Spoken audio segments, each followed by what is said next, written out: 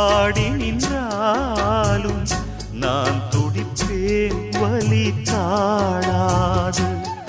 10 மாசம் சுமந்து பட்ட பாடும் மறந்து பிள்ளை செல்வம் பிறக்க அள்ளி கையில் எடுக்க